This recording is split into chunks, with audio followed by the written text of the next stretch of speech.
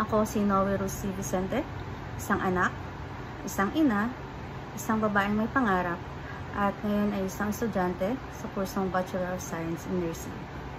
Sa kabila ng mga pagsubok sa buhay, pinipili kong ako ay isang biyaya. May halaga, may kakayahan, at may layunin sa mundong ito. Mula pa noon, alam kong mahalagang kilalanin at tanggapin ang sarili ko. Walang pwedeng maging ako, hindi ako lang.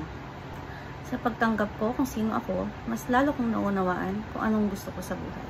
Kung anong landas ang nais kong tahakin at kung anong plano ng Diyos para sa akin. Unti-unti kong natutuklasan kung saan ako tunay na magiging masaya. Nabuntis ako sa murang edad. 19 na taong gulang pa lamang ako noon. Napilitan akong huminto para unahin ang aking pamilya. Mahirap, masakit minsan, pero hindi ko ito pinagsisisihan. Tinanggap ko ang responsibilidad ng buong puso.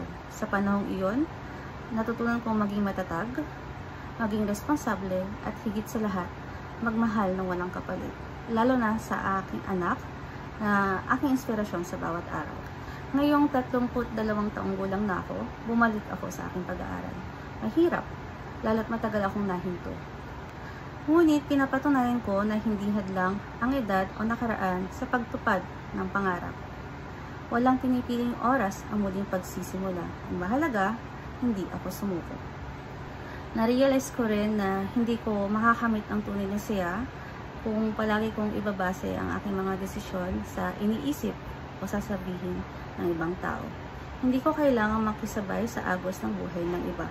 Ako ang magdedesisyon, magtatakda ng direksyon ng buhay ko.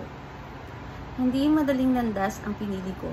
May mga araw na pagod ako, may mga gabing naiyak ako, at may mga oras na nagdadalawang isip ako kung kaya ko pa ba. Pero sa bawat araw na lumilipas, mas nakikilala ko ang sarili ko, ang lakas ko, ang mga pangarap ko, at ang tibay ng aking puso. Sa bawat tamang desisyon na ginagawa ko, mas nararamdaman ko na tinatahak ko ang plano ng Diyos para sa akin. Ako si Noe Rosie Vicente, isang ina, isang estudyante, at isang taong patuloy na lumalaban. Ako ay isang biyaya at araw-araw pinipili kong ipaglaban ang aking pangarap. Dahil alam ko, ang kwento ng buhay ko ay may saysay. Para sa akin, sa pamilya ko, at sa maaaring ma-inspire ng kwento ko.